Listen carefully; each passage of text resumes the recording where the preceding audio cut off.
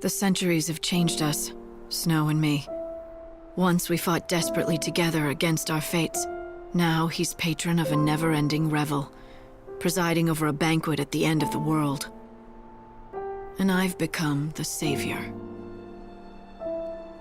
I'm a servant of God, sent to a world being consumed by chaos. Tell me, Snow,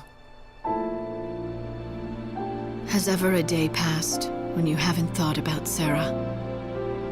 The girl you loved, my younger sister.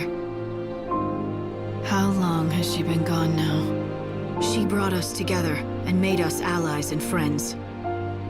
I can't give her back to you, but I can save your soul and free you from your long torment.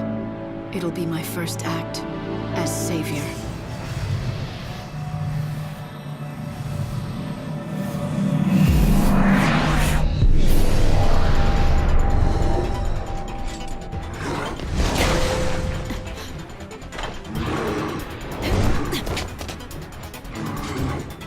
All right, Mr. Hopestime. Any ideas? What do I do next? Like, come on. Just call me Hope, okay? Right now, your #1 priority is Snow. Don't let him get away.